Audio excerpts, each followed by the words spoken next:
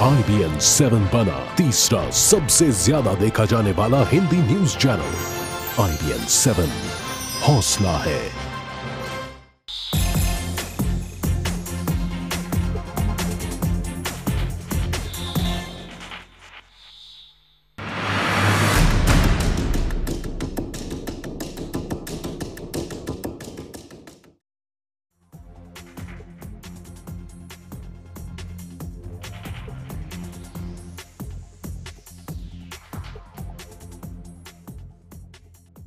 नमस्कार, आप देख रहे हैं IBN 7। मैं हूं आकाश सोनी। कश्मीर की जब हम बात कर रहे हैं तो हम बात करेंगे हर एक इलाके की, लेकिन सबसे पहले हम रखेंगे वहां की आवाम का ध्यान। इसीलिए कश्मीर से जुड़ी एक बात सुनाना चाहता हूं। सुखन सूफियाना, हुनर का खजाना, अजानों से भजनों का रिश्ता पुराना, ये पीरों का फकीरों का है आशियाना। यहां सिर झुकाती है कुदरत भी आकर, है कश्मीर धरती पे जन्नत का मंजर। मगर कुछ दिनों से परेशान है ये, सियासी निगाहों से हैरान है ये। पहाड़ों में रहने लगी है उदासी, चिनारों के पत्तों में है बदहवासी। न केसर में केसर की खुशबू रही है, न झीलों में रौनक बची है जरा सी। मगर दिल अभी भी यही कह रहा है कश्मीर धरती पे जन्नत का मंजर। लोगों को बहुत आशाएं हैं।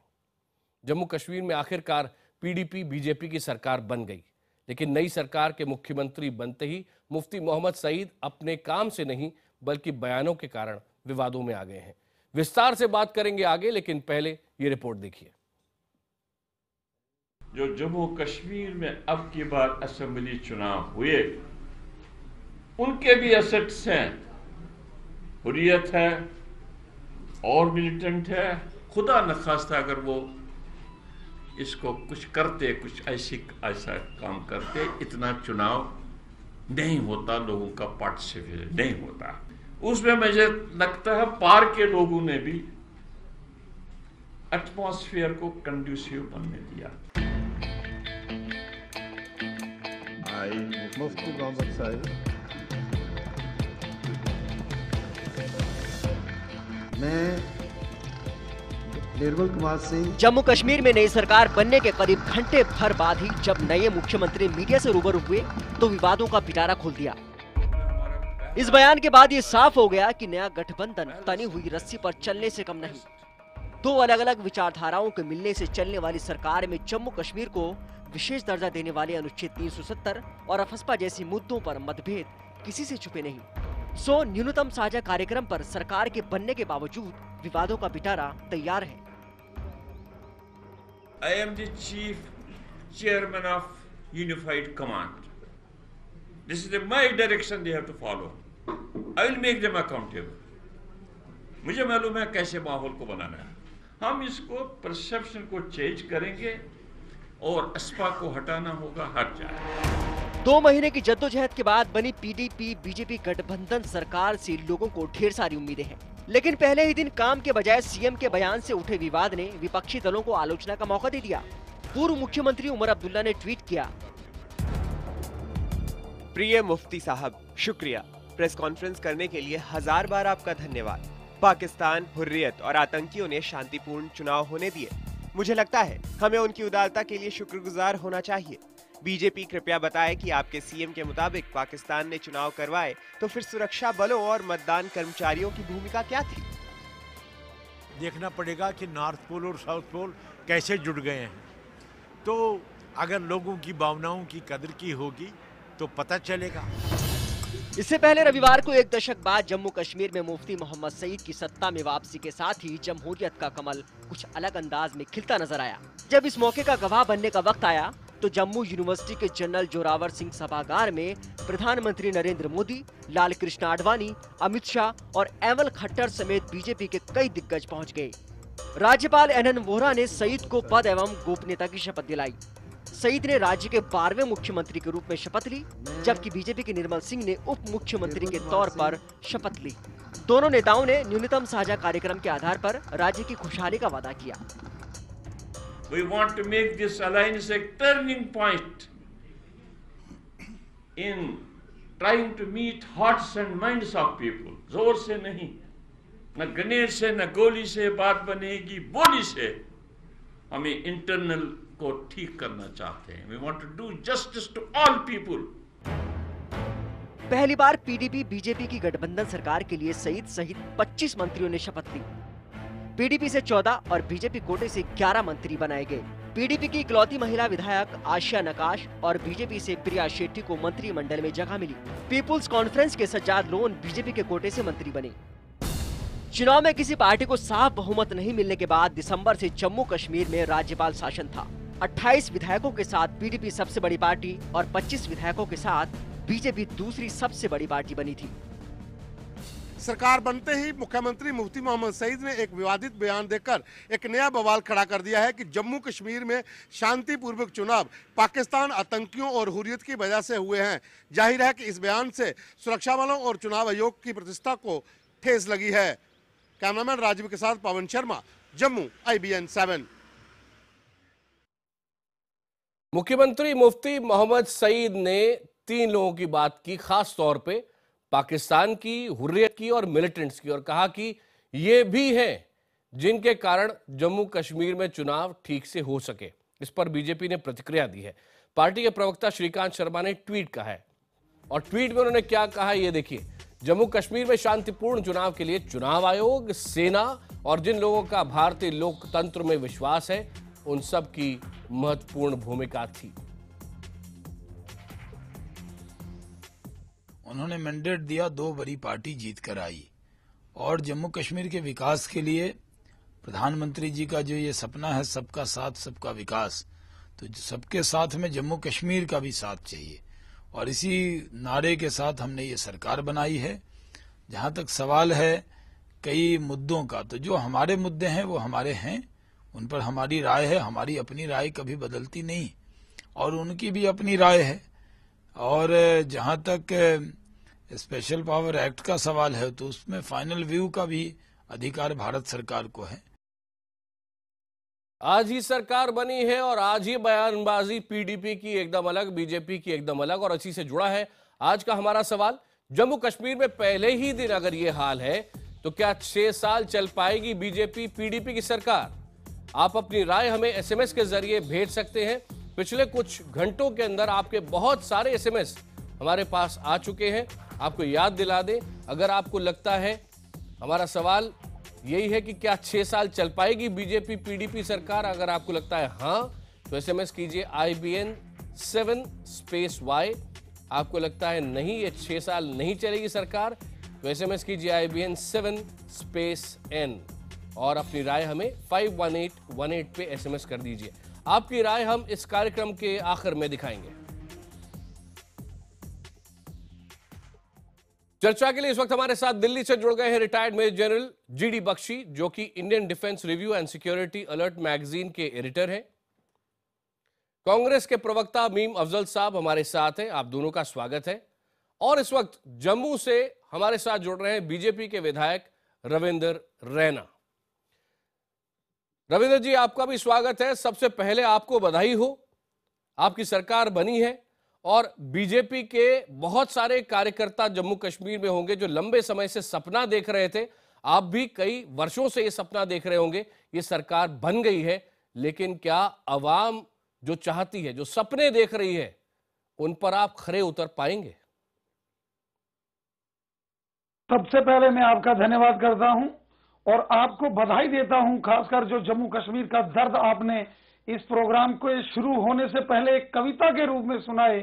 वाकई एक मार्मिक कविता थी और मैं आपको बहुत बहुत बधाई देता हूं। आपने उस कविता के जरिए जम्मू कश्मीर का दर्द बयां किया है। इसमें कोई दो राय नहीं है कि भारतीय जनता पार्टी जम्मू कश्मीर के भारत के विलय के बाद से ही यहां संघर्ष करती आई है और भारतीय राष्ट्रवाद को जम्मू कश्मीर के अंदर हमने स्ट्रेंथन किया है और कर रहे हैं और हमेशा करते रहेंगे। और इसमें कोई दो राय नहीं है कि राष्ट्रवादी ताकतों को एक मजबूती मिलेगी जम्मू कश्मीर में भारतीय जनता पार्टी के सत्ता में आने से। यहाँ राष्ट्रवाद और मजबूत होगा, यहाँ भारतीयता मजबूत होगी, जम्मू कश्मीर में भारत माता मजबूत होगी।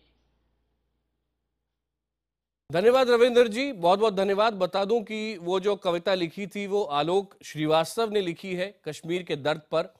और मेरे ख्याल से इस वक्त बहुत जरूरी है जम्मू कश्मीर की जब बात करें तो अवाम का चेहरा सबसे पहले हमारे सामने रहे, और इसीलिए मैं इस वक्त कांग्रेस के प्रवक्ता मीम अफजल साहब के पास भी जाना चाहूंगा। कई बार कश्मीर जा चुके हैं, वहां की सियासी हालात को समझते हैं। मीम अफजल साहब, आप अभी नई सरकार को क्या कहना चाहेंगे, क्योंकि बहुत साल से इंतजार था एक ऐसी सरकार का कश्मीर के लोगों को जो कि न केवल मिलिटेंसी को और कम करे बल्कि विकास के रास्ते पर इस राज्य को और युवाओं को ले जा सके। देखिए, हमको ये उम्मीद करनी चाहिए कि एक नई सरकार बनी है और उसको मौका मिलना चाहिए। ये बात सही है कि आज मुफ्ती साहब के बयान से थोड़ी सी कड़वाहट पैदा हुई है और ये कड़वाहट सारे चैनल्स पर आज डिस्कशन में है। मैं ये कहूँगा कि जो कॉमन मिनिमम प्रोग्राम आया है उसको देख कर के आपने इस प्रोग्राम की शुरुआत बहुत अच्छी एक नज़्म थी, कविता थी, उससे की, और वो बिल्कुल जम्मू कश्मीर की बिल्कुल बयान करती है हालत को। और मैं भारतीय जनता पार्टी की हालत को बयान करते हुए एक शेर सुनाता हूँ आपको। जी। वो भी आप सुन लेंगे तो बड़ा अच्छा लगेगा आपको। आग थे, आप वो ज़माना देखिए जब श्यामा प्रसाद मुखर्जी कश्मीर के बारे में क्या कहते थे, और भारतीय जनता पार्टी पिछले 50 साल से क्या उसका व्यू रहा है कश्मीर के बारे में। और आज जो कॉमन मिनिमम प्रोग्राम है उसको सामने रखते हुए ये शेर मुझे याद आया कि आग थे इब्तदाए इश्क में हम, हो गए खाक इंतहा ये है। कि भारतीय जनता पार्टी जो आग बबूला हमेशा रहती थी कुछ इश्यूज़ के ऊपर, आज वो बहुत ठंडी नज़र आ रही है। आज उसके अंदर वो दम नज़र नहीं आ रहा है। और मुफ्ती साहब के बयान पर अभी तक मैं देख रहा हूँ काफ़ी चैनल्स के अंदर उनसे बार बार पूछा जा रहा है कि आप इसे कंडेम क्यों नहीं करते हैं, आप गलत क्यों नहीं कहते हैं। तो अभी तक भारतीय जनता पार्टी के किसी प्रवक्ता ने, किसी लीडर ने उनके इस बयान को ना तो गलत कहा है, ना ये कहा है। ये ज़रूर कहा है कि हमारे यहाँ चुनाव जो हुए हैं फ़ौज और इलेक्शन कमीशन और सबकी मेहनत और सबकी सरकार की मेहनत, बिल्कुल मैं उनसे इत्तेफाक करता हूँ। लेकिन जो बयान आया है मुफ्ती साहब का, उन्होंने अपनी परिस्थितियों को देखते हुए शायद ये बयान दिया होगा। और मैं चूँकि कश्मीर रहा हूँ, मैं उसके बैकग्राउंड भी अच्छी तरह से जानता हूँ, लेकिन मैं समझता हूँ कि नेशनल इंटरेस्ट में इसको टेलीविज़न चैनल पर बहुत ज़्यादा डिस्कस करना गैर मुनासिब होगा। मुफ्ती साहब ने नई नई सरकार संभाली है और आज ही वो चीफ मिनिस्टर हुए हैं, बहुत तजर्बेकार आदमी हैं।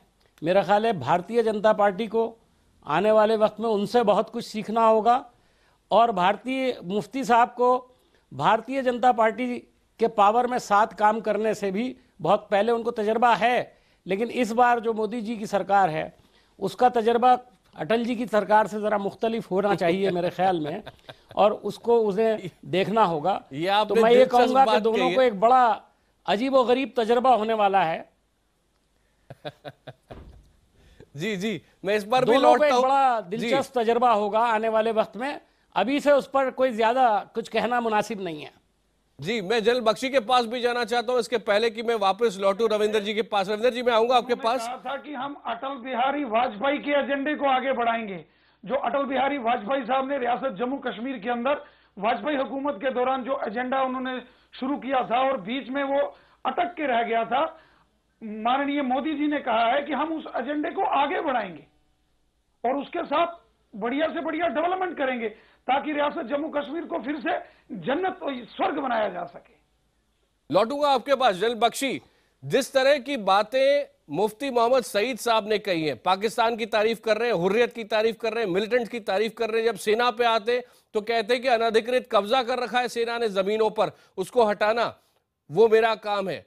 अब ये बताएं, फौज इसे कैसे देख रही है और देश को इसे कैसे देखना चाहिए? क्या सिर्फ एक पोस्चरिंग है अपने वोटर्स के लिए या उससे ज्यादा कुछ है?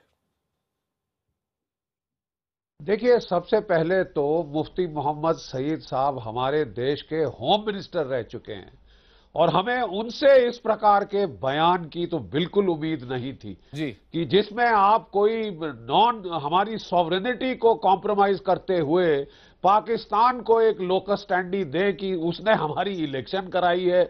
मिलिटेंट्स ने तो साफ फरमान जारी किया था कि कोई वोट डालेगा तो उसको भून डालेंगे।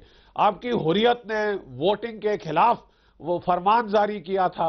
उसके बावजूद मुझे समझ नहीं आई कि स्टेटमेंट का तुक क्या था और वो कहना क्या चाहते थे। ये बड़ी हैरत की बात है कि इतने जिम्मेवार जो रह चुके हैं पोजीशन में, उन्होंने आज ऐसी बात करी है जो कि एक बड़ी स्ट्रेंज शुरुआत है। देखिए, पहले यूपीए के जमाने में मजाक उड़ाया जाता था कि जो हमारी फॉरेन पॉलिसी है उसका इजाद अगर बांग्लादेश की फॉरेन पॉलिसी है तो सिर्फ एक चीज आपका ध्यान चाहूंगा, क्योंकि आप टेलीविजन चैनल भी देख रहे हैं, हम बाकायदा दिखा रहे हैं कि किस तरह से हमले हुए थे जब चुनाव के पहले भी और चुनाव के दौरान भी। चाहे आप स्क्रीन पर नजर डालें तो मुफ्ती साहब की यह बात सही नहीं है। और मैं वही कहना चाहता हूं कि माफ कीजिए, हेलो, नहीं बख्शी साहब, आप अपनी बात पूरी करें, फिर मैं रविंदर जी के पास जाऊंगा।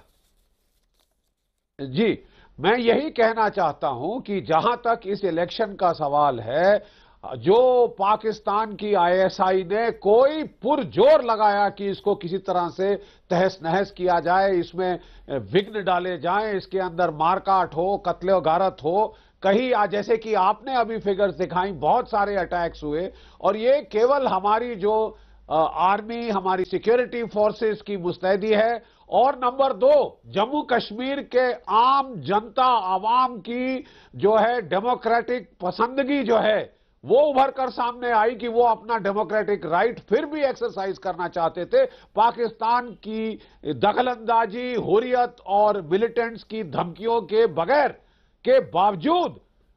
तो अब मुझे समझ नहीं आ रहा कि उनको सर्टिफिकेट ऑफ मेरिट कैसे दिए जा रहे हैं कि इन्होंने साहब इलेक्शन करा दी हमारी और हम फौज के खिलाफ। इस प्रकार की जो बयानबाजी है, ये मेरा ख्याल ये शोभा नहीं देती एक चीफ मिनिस्टर के दर्जे को, और खासकर एक चीफ मिनिस्टर जो कि होम मिनिस्टर रह चुके हैं। देखिए, हमारा कहना केवल ये है, नहीं एक मिनट मैं जरा खत्म कर लूं। मेरा कहना केवल ये है कि पिछले साल अमेरिकी फौजें, नेटो की फौजें अफगानिस्तान से कूच कर गई हैं। वहां हालात में भारी फेरबदल हुआ है, जिसका इंपैक्ट जम्मू कश्मीर पे हो सकता है अगर वहां के सरप्लस मिलिटेंट्स हमारी तरफ रीडायरेक्ट किए गए। अगले 1-2 साल हमको अपना गार्ड अप रखना निहायत जरूरी है। ऐसे दौर में आपका ये बोलना कि साहब armed forces special powers act हटा लीजिए, ये तो किले का द्वार हमले के पहले खोलने के बराबर है, नंबर 1। दूसरा, आप कह रहे हैं कि आप कश्मीरी पंडितों को वापस वैली में रीसेटल करना चाहते हैं। क्या आप समझते हैं कि मिलिटेंट उन पे हमला करने की कोशिश नहीं करेंगे? और क्या वहां पे कत्लो गारत का दर्जा हरारत बढ़ाने की कोशिश नहीं की जाएगी? तो उस वक्त आप आर्मी के हाथ पैर बांधना चाहते हैं? मतलब क्या है, हम बड़ा कत्लो गारत चाहते हैं ताकि वो वापस भागे? ये साहब जो है, इसीलिए हमारे साथ ही रहे एक मिनट वहीदुर रहमान, पीडीपी के नेता इस वक्त हमारे साथ हैं। वहीदुर रहमान साहब, हम चाहते थे आप लाइव आए, लाइव आप अभी नहीं, लेकिन कम से कम फोन लाइन पर हमारे साथ आ सके हैं। इस बात की आज पूरे दिन डिस्कशन होती रही कि मुफ्ती साहब को क्या जरूरत थी पाकिस्तान की तारीफ करने की, मिलिटेंट्स की तारीफ करने की, और दूसरी तरफ सेना को ऐसा दिखाने की जैसे कि वो एंटी पीपल है, जम्मू कश्मीर के लोगों के खिलाफ है। क्यों इस तरह की पोस्चरिंग आज आपकी तरफ से की जा रही है, जबकि आज ही आपकी बीजेपी के साथ सरकार बनी है? देखिए ना, आप शायद गलत बोल रहे हैं, ना मुफ्ती साहब ने कोई ऐसी बात कही। दरअसल समझने की बात है, मुफ्ती साहब ने आज जो वहां अपनी प्रेस कॉन्फ्रेंस में कहा, उन्होंने कहा कि पाकिस्तान अगर चाहे तो it can act as a spoiler in the election, and it's a fact. तो क्या कोशिश उनकी तरफ से नहीं हुई? वहीद साहब, आप समझिए पहले बात। वहीद साहब, मैं आपके पास लौट रहा हूँ, लेकिन देखिए श्रीनगर में हमला, बारामूला में हमला, 5 दिसंबर को 4 आतंकी हमले, कम से कम 29 लोग मारे गए। वो कह रहे पाकिस्तान ने कुछ नहीं किया। You don't have to talk to your friends only. जब आप प्रॉब्लम्स का रेजोल्यूशन चाहते हैं तो आप किससे बात करेंगे? जो प्रॉब्लम का स्टेक होल्डर है उसी से बात करेंगे ना। पाकिस्तान से बात करने से क्या हिंदुस्तान को डर लगता है? आज 21वीं सदी में we are reaching to a stage where we can talk with America, we can talk to China, why can't we talk to Pakistan? आप डरिए मत, पाकिस्तान से बात करने से आपको लगता है शायद कोई सऊदी को थोड़ी खतरा है। बातचीत का माहौल, हम तो बात ही कर रहे हैं ना, आपको थोड़ी बोल रहे टैंक चलाइए वहां से कोई। तो उसके लिए चुनाव का झूठा क्रेडिट देना जरूरी है क्या उनको? वहीद साहब, अगर हम बात नहीं करेंगे तो क्या करेंगे पाकिस्तान के साथ? मुझे बताइए ना, अगर आप बात नहीं करेंगे तो क्या करेंगे? दूसरा आपके पास क्या ऑप्शन है? वहीद साहब, मैं एक चीज आपसे पूछ रहा हूँ, चुनाव के लिए झूठा क्रेडिट देना जरूरी है क्या फिर उनको? क्या देना? झूठा क्रेडिट क्यों दे रहे हैं? क्या पाकिस्तान नहीं, की नहीं, ओर से और मिलिटेंट्स की तरफ से कुछ we हमले have नहीं been हुए? trying फिर ये from जो last- आतंकवादी हमले देखिए, हो रहे थे India बारामूला में, श्रीनगर में, कौन कर रहा था वो? जनरल बख्शी भी बैठे हैं. India has been crying from last 60 years as a country that Pakistan is breaching peace internally and externally into the Indian state. अब अगर ये चीज हम मानते हैं, हम समझते हैं that Pakistan has been playing a role in breaching peace, line of control पे हो, इंटरनेशनल बॉर्डर पे हो, या चाहे 11 हो, जो भी आप कहते हैं कि आज जो भी चीजें हो रही है कंट्री में, कहीं कहीं एक एंगल आ जाता है. If you want to address this angle, what's harm to talk about, what's harm to debate about it, why are we scared to debate about it? Waheed साहब एक इल्तजा आपसे जी, वो ये कि बहुत सारे लोग आज देश में आपको बेनिफिट ऑफ डाउट देने को तैयार है और सुनने को तैयार है कि आपके पास क्या प्लान है. क्यों? क्योंकि चुनाव के पहले जब मैं जम्मू कश्मीर में गया तो अवाम ने कहा कि मुफ्ती साहब एक ऐसे आदमी हैं जो मिलिटेंसी कम कर सकते हैं, यूथ को होप दे सकते हैं. एक बात. दूसरी, आपकी सरकार बीजेपी के साथ आज ही बनी है. जी, लोग सुनना चाहते हैं आपको. आप समझाएं आपका प्लान क्या है एग्जैक्टली. मैं बताता हूँ आपको. आपने खुद एक वर्ड कहा कि मुफ्ती साहब मिलिटेंसी. देखिए, हमारा काम मिलिटेंट कम करने का नहीं है. That's not our role.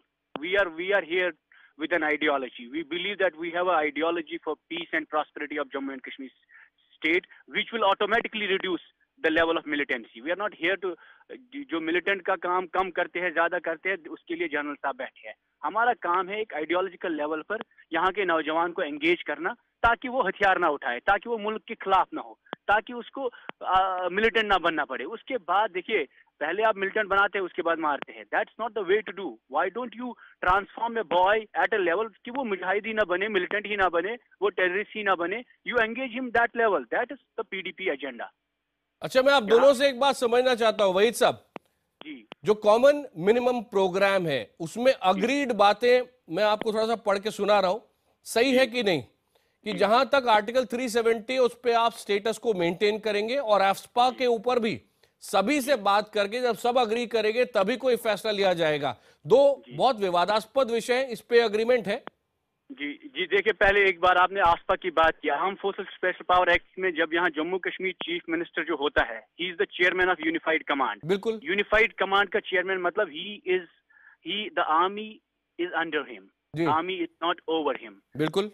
So if you think we live in a democracy and we have evolved through a system where the army has to work within a system. अवाम पहले.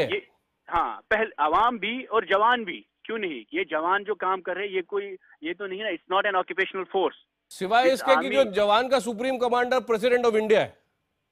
नहीं, that's okay. Whosoever is the president of India, whosoever is the supreme commander. The thing is that the army in Jammu and Kashmir works under a system where the unified command, you have a unified command here. The chairman of unified command is Jammu and Kashmir chief minister. The chief minister says there can be mistakes by individuals, but not by organizations. Army is an organization. Agreed. जवान is an individual. आप देखिए, हर एक army soldier अगर गलती करता है, उसका मतलब नहीं है कि army as an organisation is involve in it. There can be mistakes by somebody as an individual. So we are trying to understand that mistakes of individuals are not of mistakes of organisation. That is one. तो आपको इस चीज के लिए कि आसपास का रहना जरूरी है. या तो आप ये कहिए कश्मीरी पे भरोसा नहीं, ये हिंदुस्तानी नहीं. हम खुद बोलते हैं हम हिंदुस्तानी हैं, हम इस देश में रह रहे हैं, हम अपनी हिफाजत खुद कर सकते हैं और बखूबी कर सकते हैं, सोल्जर से ज्यादा अच्छी कर सकते हैं. जब मैं हिफाजत करने अगर वो स्थिति आ पाए तो आर्मी भी वहां रुकना थोड़ी चाहेगी. इसमें कोई. एक आखिरी सवाल आपसे, कश्मीरी पंडित वापस लौट सकेंगे, उसके लिए प्लान बनाएंगे आप? देखिए, कश्मीरी पंडित को वापस लाने के लिए हार्मनी की जरूरत है, सिक्योरिटी की नहीं. हम आज की तारीख में कश्मीरी पंडित को वापस लाते हैं बंदूक की दर पे. हम बोलते हैं चलो जी हम आपकी सिक्योरिटी बढ़ाएंगे, पुलिस बढ़ाएंगे, deployment. He is feeling insecure and we are adding security.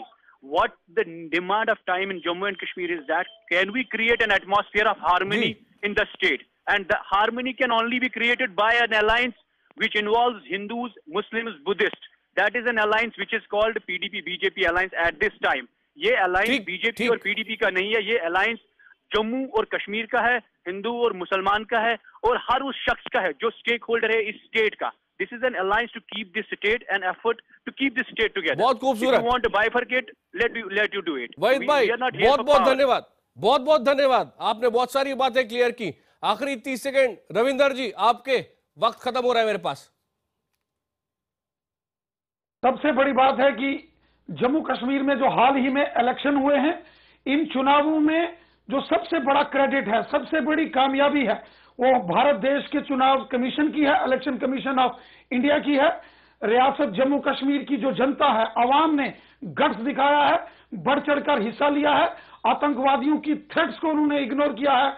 और सबसे बड़ा योगदान हमारी paramilitary forces, SSB, CRPF, Jammu Kashmir police के बहादुर जवान और भारतीय सेना के बहादुर जवानों ने अपने सुप्रीम सेक्रीफाइसेस करके जम्मू कश्मीर में डेमोक्रेसी को स्ट्रेंथन किया है, जम्मू कश्मीर के अंदर अवाम में पीस मेंटेन किया है, और जिसका लाभ जम्मू कश्मीर ने लिया है और जिसका लाभ हम लोगों ने लिया है। और इसको हम आगे स्ट्रेंथन करेंगे, इसको हम मजबूत करेंगे, ताकि जम्मू कश्मीर जो पिछले 25 सालों के अंदर जला है, आतंकवाद की आग में जला है, और जिसके कारण जम्मू कश्मीर में लाखों लोगों की जानें गई हैं, और इन लाखों लोगों की जो जानें गई हैं कश्मीर के अंदर, इसका सबसे बड़ा अगर कोई गुनाहगार है तो पाकिस्तान है, और सबसे बड़ा कोई रक्षक है तो भारतीय सेनाएं हैं, पैरामिलिट्री फोर्सेस हैं और जम्मू कश्मीर पुलिस है। और हम इन सबको सलाम करते हैं, सलूट करते हैं, और उम्मीद करते हैं कि आने वाले दिनों के अंदर भारतीय जनता पार्टी और पीडीपी की जो सरकार बनी है, ये अच्छे माहौल में काम करेगी और अच्छी और मजबूत सरकार देगी, जहां सबका साथ, सबका विकास होगा। बिल्कुल, मेरे पास समय समाप्त हो रहा है। आप सबका बहुत बहुत